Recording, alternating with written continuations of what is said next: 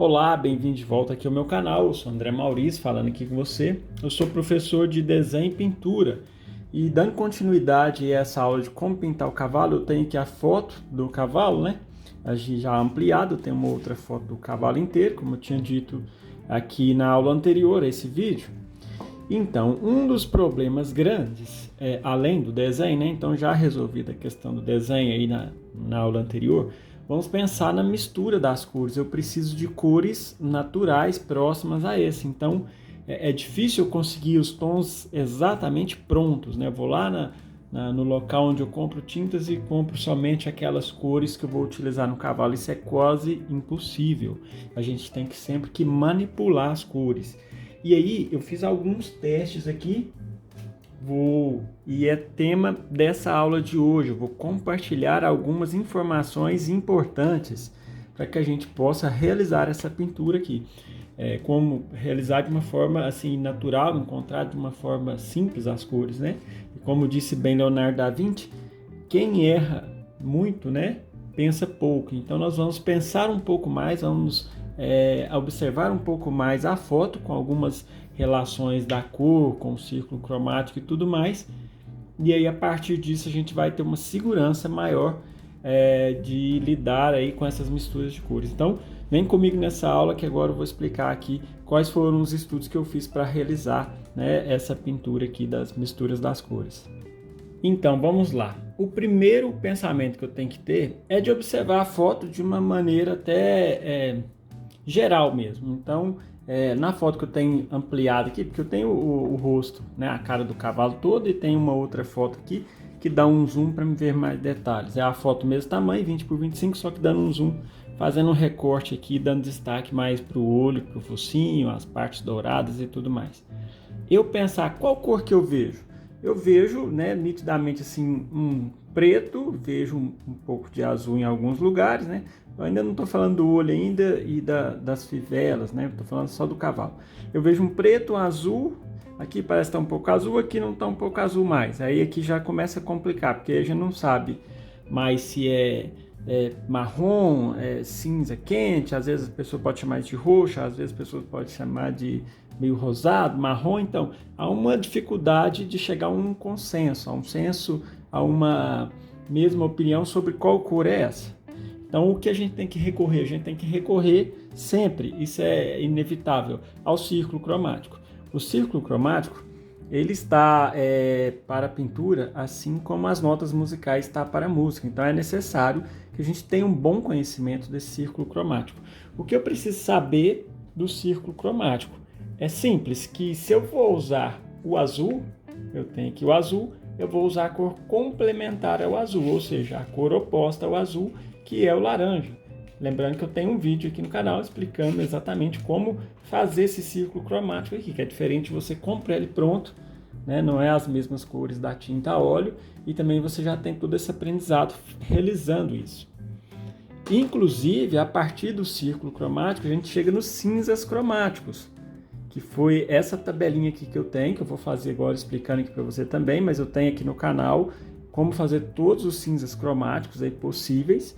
Então, espero aí que você que não conheça, ainda não tenha acesso depois, depois que terminar esse vídeo, você volta aqui nos comentários, aqui na descrição, quer dizer, né, desse vídeo, que eu vou deixar o link aqui caso você não conheça ainda essa teoria que é extremamente importante de se conhecer. Bom, então, fazendo isso, eu tenho uma ferramenta aqui que eu posso identificar isso melhor. Ó. Preto, é um predomínio de preto, uma cor mais pro lado de azul. Essa aqui é uma cor intermediária, ela não é mais preto, né? É intermediária. E eu tenho aqui uma cor clara. Então a gente já vê nitidamente quando isola essa cor, que ela já não é mais a cor pro lado do azul e nem pro preto. Ela se torna mais quente. Quanto à temperatura, ou a cor vai ser mais fria ou ela vai ser mais quente. Daí a necessidade de se usar as cores opostas, né? De se usar as cores complementares no círculo cromático. Então vou pôr as cores aqui na paleta para a gente começar a fazer alguns testes aqui de misturas. Eu tenho aqui o preto, tenho o azul ultramar, Se eu tenho azul, eu tenho que ter um laranja. Esse laranja é o vermelho cádmio alaranjado, né? E tenho também o branco de titânio. Bom, então o que é interessante eu observar nessa questão da escolha das cores? Tem algumas cores, embora seja o mesmo nome ou nomes parecidos, elas têm uma coloração bem diferente uma da outra. Por exemplo, aqui eu tenho dois pretos, né? Eu tenho aqui o preto, número 65, e tenho o preto 121, 121. Um é preto de Marte e o outro é preto. Eu fiz uns testes com eles, ó. São essas duas escalas aqui no topo, ó. Daqui para cima, né, as duas. Essa primeira, eu fui colocando branco aos poucos, aumentando a quantidade de branco. Na segunda também, é sempre assim para se fazer uma escala de valores, né, quando a gente vai clarear uma cor. Bom, a gente chega à seguinte conclusão: o preto de Marte, ele é mais quente, e o preto, né, normal, ele é mais frio. Então, para você que de repente utiliza tintas importadas, é importante observar só essa questão aqui, ó, PBK. O P significa pigmentos, né? O BK significa black. Eu tenho um vídeo, lembrando, se você não viu esse vídeo também sobre classificação dos pigmentos, tem um vídeo aqui no canal, dá para conferir. Vou deixar no cards aqui e vou deixar na descrição do vídeo também. Tá, então, a partir daí a gente já começa a distinguir melhor, né? Se a gente sabe, fez essa experiência, a gente tem mais discernimento e tem mais poder de escolha, com mais convicção do que a gente quer. Daí eu tenho aqui azul e branco, a primeira escala aqui do meu lado esquerdo. Então eu vejo que o azul sozinho, ele fica muito puro.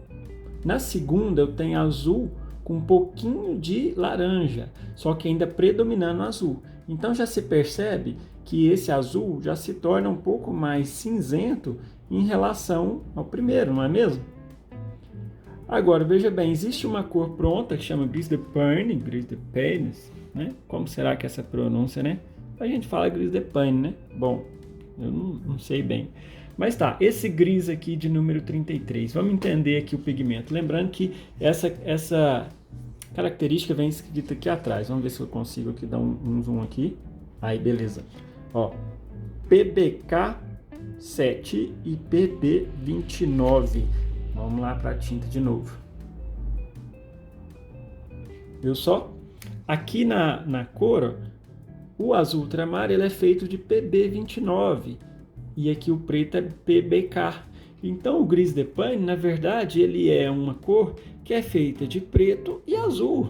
O preto normal e o azul ultramar. Então, se eu tiver essa cor aqui, eu tenho um atalho também. De repente, se você preferir usar ela, eu só não vou usar ela, eu não faço a escolha de não usar um tom assim, pronto, embora eu possa usar também, não tem problema nenhum, porque eu tenho menos controle, né, por ele pronto. Aqui eu sei que ele é azul e eu consigo colocar uma certa quantidade de laranja para deixar ele mais ou menos quente ou mais ou menos frio.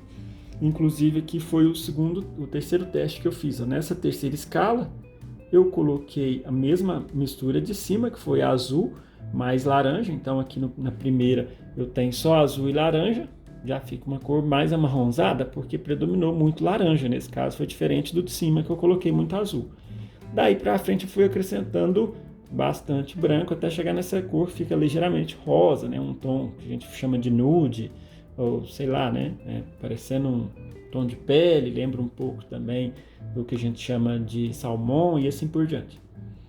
E aqui eu tenho um cinza, né? Eu chamo de cinza porque quando você mistura duas cores complementares, ela tende a ficar cinza. Eu tenho um cinza equilibrado. E por que eu não coloco cinza meio a meio, por exemplo? É porque eu não posso colocar metade da quantidade de azul e metade da quantidade de laranja e branco, que vai ficar assim equilibrado. Como uma cor geralmente é mais forte do que a outra, eu tenho que ir pondo um pouquinho da outra e um pouquinho da outra e percebendo o que vai acontecendo, né? Então aqui, ó, esse vai ser o tom ideal que eu vou precisar para o cavalo. É um cinza equilibrado, que aqui eu tenho azul com laranja puro e aqui eu vou tendo um pouquinho mais de branco. Nem predomina muito azul para não ficar assim muito azulado e nem predomina muito laranja para não ficar muito pro lado rosa. E aí, em alguns momentos, igual aqui no cavalo, deixei à vista o focinho. Se caso a gente precisar dele mais quente, a gente vai deixar um pouco mais de laranja. Se for preciso ficar um pouco roxo, até acrescento vermelho também, um vermelho mais forte, né? E se caso eu quiser deixar ele mais azul, aí eu vou colocar um pouco mais azulado. Percebe que esse tom aqui, ó, da parte de cima já se assemelha a esse aqui, ó. Então daí a importância de se fazer esses testes de cores para que a gente vá com mais segurança. Nossa, olha aqui o que aconteceu. Isso acontece quando se filma na vertical, normal. Aí tem que fazer uma operação aqui. Bom, vamos aqui agora, vou explicar como que vamos fazer na prática agora. Chega de teoria, né? Vamos partir para a prática aqui para fazer essa escala de valores aí para realizarmos essa pintura. Não, para tudo. Tava esquecendo aqui de uma coisinha antes de partir para a mistura, né? Não tem como falar dos marrons, porque aí, às vezes a pessoa pode me perguntar: nossa, André, mas e os marrons? Como que eu faço? Aquele tanto de marrons que eu tenho lá quando eu vou na loja comprar as tintas, nenhum vai me servir? Pode servir também, não tem problema nenhum não. Se você prefira utilizar tons marrons, pode. Então eu fiz aqui alguns testes, ó. Sombra queimada mais branco, ele fica uma cor bem amarronzada. Sépia, né? Mais branco, né? Já fica uma cor marrom um pouco mais fria. Marrom Van Dyck, mais branco, se assemelha bem ao preto, né? É claro, se a gente olhar lá na característica, na classificação do pigmento, tem PBK7. É o mesmo preto o mesmo pigmento do preto, mais PR101, mais um pigmento vermelho 101. Então, naturalmente, se aproxima do preto mesmo, só que, né, se for comparar com o preto, ele é um pouquinho mais quente. É como se virasse aqui uma escala do preto de Marte também, ó. E aqui eu tenho o marrom de Garanza, que é um marrom tão quente quanto o superior também, ó. Todas as cores aqui, todos os testes que eu fiz foi da Corfix. Inclusive, se você tem, né, trabalha com cores importadas, o marrom de Garanza, eu fiz um pequeno teste aqui com o Burnet Amber da Winsor & Newton e deu bem semelhante ao marrom de Garanza nacional aqui, ó. Então esses são alguns testes. Os marrons podem ser tons usados também de repente para tons quentes, né? Lembrando, eu não utilizo os marrons aqui porque eu deixo quando for uma cor bem mais amarronzada, né? Por exemplo, quando é preto, então eu não vou utilizar por esse motivo. E fechando aqui estava me lembrando aqui dos testes que eu já fiz, caso você trabalhe com tintas importadas. Aqui eu tenho teste com a cor preto, né? Então esse aqui é o preto na Corfix, que eu já mostrei anterior, e o preto de Marte também. E aqui em cima eu tenho o Ivory Black. O Ivory Black é o que mais, né, das tintas importadas, é o que mais se assemelha aí ao preto da Corfix, porque os dois são pigmentos bem semelhantes, né? Um é PBK9 e o outro é PBK7. Então Black 7 e Black 9 é muito semelhante, os dois aí também estão bem parecidos, né? Bem próximos. Agora sim, vamos lá nas misturas, né?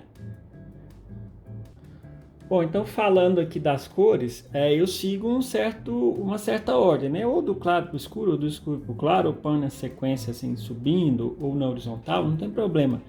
Eu gosto de pôr na ordem para criar justamente uma sequência, né? Uma coisa meio lógica aqui que vai facilitar o serviço.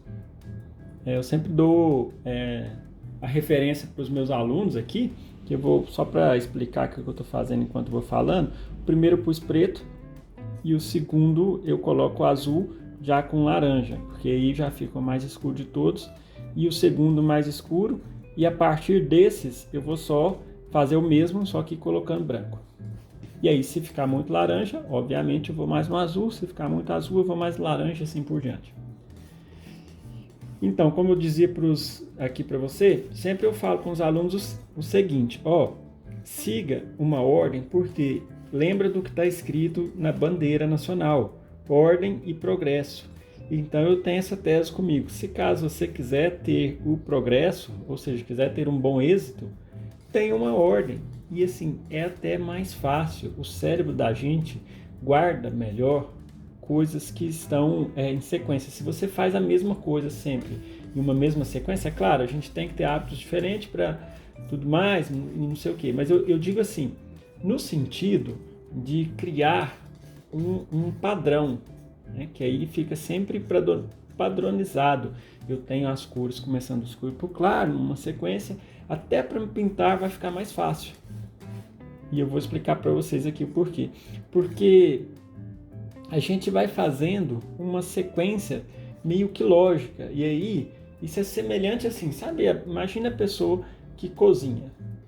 Não precisa necessariamente ser um cozinheiro profissional, mas imagina você que está cozinhando, tem lá o hábito de ter seus temperos em um determinado lugar, geralmente você guarda quase sempre no mesmo lugar e põe as coisas mais ou menos numa certa ordem. Imagina cada vez que você for preparar um alimento, se os seus temperos, as suas panelas, as suas coisas estiverem em ordens diferentes. Então o cérebro vai demorar para se habituar com aquelas cores. Então é preciso que com aquelas cores não, com aqueles utensílios, né, que você vai utilizar. O mesmo acontece com as tintas. Se caso você deixar assim sempre numa escala sequencial, onde você tem o escuro, não muito escuro, o médio, o claro, até chegar no mais claro, aí então o serviço fica mais fácil de você executar. E aqui eu vou ter, na verdade eu não vou fazer muitos tons. E aí, como eu sempre digo, ficou muito laranja, vai no azul. O que a gente tem que entender, o que acontece quando eu ponho alguma outra cor. O azul, se eu quiser mais azulado, eu vou pôr mais azul, vai ficar mais azul, só que também vai escurecer. Então tem que pôr mais azul e pôr mais branco. E isso é uma coisa assim que você não pode considerar como um sofrimento. Nossa, eu estou sofrendo para achar essa cor. Sinta a cor, perceba, né? Desfrute desses instantes assim que você está conhecendo a cor. Isso é importante, né? Se a gente ficar muito preso assim tá muito difícil, não estou conseguindo, aí a gente não consegue absorver o aprendizado que se dá em fazer aquelas misturas, né? E aí agora o mais claro, vou pôr só branco com a espátula suja.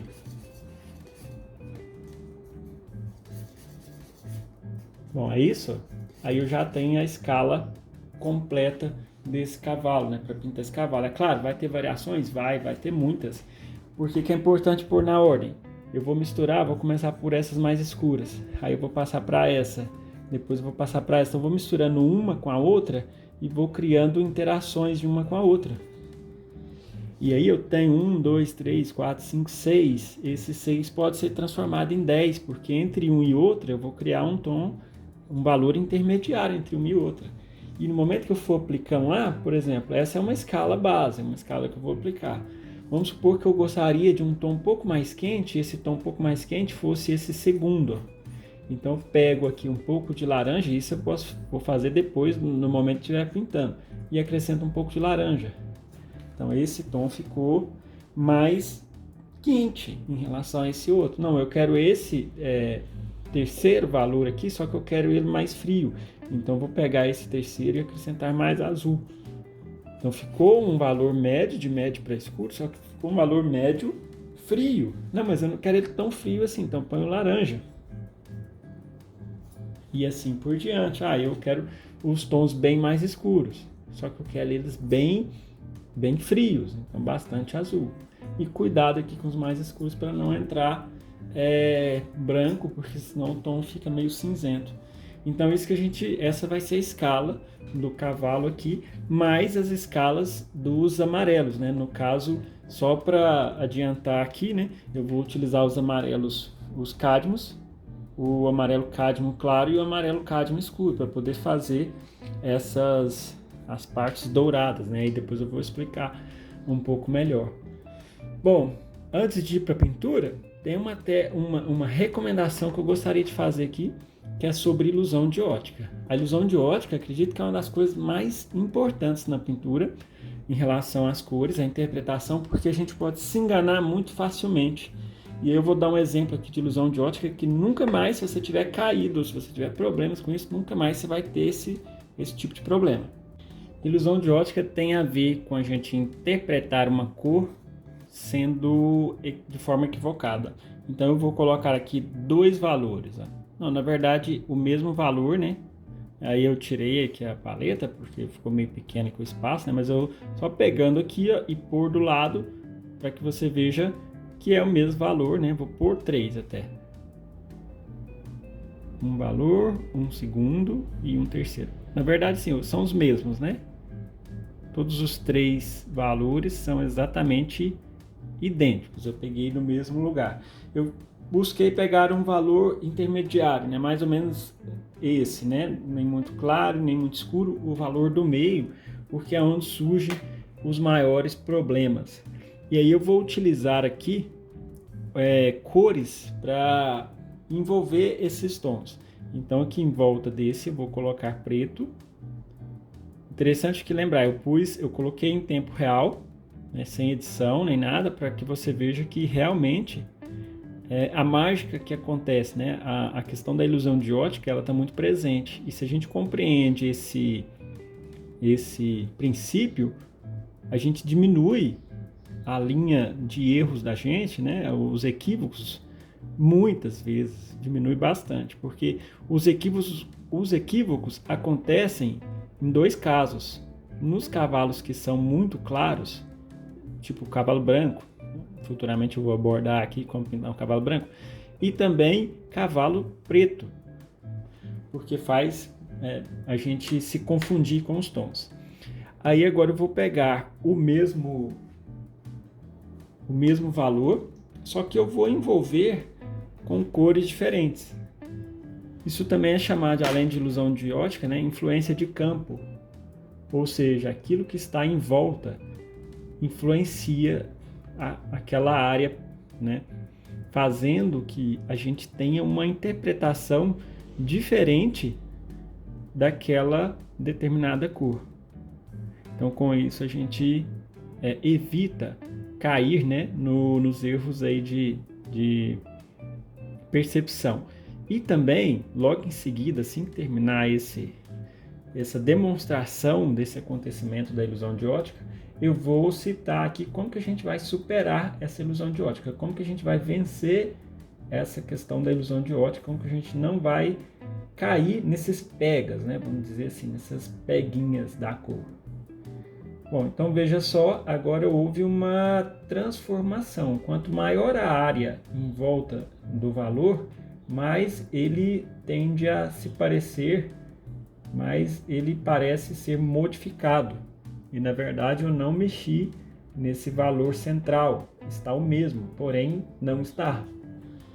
O que se percebe, o que deu a entender é que esse tom, se fosse para a gente pintar, né?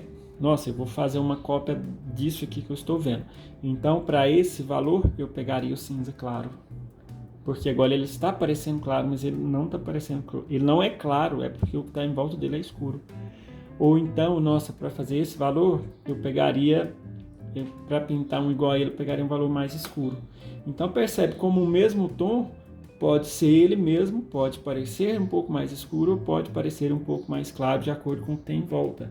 Então a gente já vai para o cavalo imaginando isso. Aqui eu tenho uma cor clara, mas em volta dela eu tenho toda uma gama, toda uma intensidade de tons e valores escuros que faz parecer com que ela seja mais clara, só que ela não é mais clara. E agora eu vou apresentar para você aí 3 macetezinhos para vencer essa ilusão de ótica. Bom, a primeira técnica aí para se pintar, e o que eu vejo vários pintores, já presenciei várias aulas de vários pintores, sempre eles utilizam esse recurso. Às vezes uns falam, outros não falam, outros nem se dão conta de que estão fazendo isso, porque isso é algo muito natural, é como dirigir e passar marcha. Então, vamos lá. A primeira dica para você olhar para a imagem e não cair nos erros de ilusão de ótica é você olhar com o olho entreaberto. O que é olhar com o olho entreaberto? Você fecha o olho um pouquinho, de modo que a imagem fique ligeiramente embaçada. Dessa forma a gente diminui os detalhes da forma e passa a ver os tons, principalmente os valores e temperaturas de uma forma melhor. Olha só, eu tenho até uma experiência para fazer com você aqui. A câmera fotográfica, as filmadoras, né? Toda essa parte aí de digital é baseada no olho humano. Então essa função de olhar com o olho entreaberto existe na câmera, que é esfumar alguma parte. Quer ver? Eu vou fazer o teste. Vou colocar minha unha aqui pertinho, vou dar um zoom aqui nela. Pronto. Dei um zoom aqui, né? Vou tirar ela da cena porque o zoom está nessa área. Observou o que aconteceu no cavalo? Diminuiu as áreas de contraste. Então agora eu consigo ver nitidamente, ó, que essa área aqui, ó, está um tom médio, não é muito claro, e é azul. Essa parte é quente, essa é escura. Olha só, azul, azul, essa aqui um pouco diferente dessa. Essa aqui um tom escuro. Esse aqui que parecia ser claro quando eu estava olhando com o olho entreaberto, agora a gente vê que não está tão claro assim. Isso é o olho entreaberto, faz isso. Você aperta um pouquinho os olhos, semicerra os olhos e dá esse efeito. Consegue ver tanto bem as temperaturas como pequenas diferenças de valores. Agora eu vou voltar à imagem normal para que a gente observe esse detalhe. Olha só. Viu só? Então agora esse claro parece que é muito claro, esse claro também parece que é muito claro.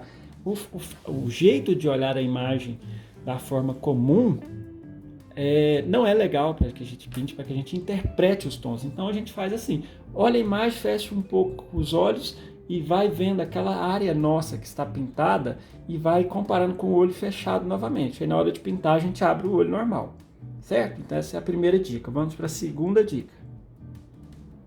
Ó, lembra de uma coisa, hein? Porque às vezes a gente fica empolgado e assiste e esquece. Tá gostando do conteúdo? Tá sendo bom? Vai lá, ó, dá aquele joinha, deixa seu like aí, depois não esquece de dar seu comentário, compartilha aí com pessoas que você conhece que mexem com pintura também, porque isso vai ser importante para esse conteúdo chegar a um número maior de pessoas. Bom, já feito aqui meu pedido aqui para você solicite aí solicitando esse auxílio para você auxiliar no crescimento do canal também. Vamos para a segunda dica, que é usar um visor. E é muito simples usar um visor, gente. Precisa de um perfurador, aquela coisinha que faz buraquinhos para colocar em fichário ou pastas, né? E perfurar aqui, ó. Porque aí a gente vai fazer isso, ó. Por aqui lá na frente e isolar a cor. E, inclusive, ó, eu posso vir aqui com a cor, ó, e dar uma carimbada nela. Eu faço aqui e faço isso. Tá? Põe a cor perto. Ah, tem a cor mais clara.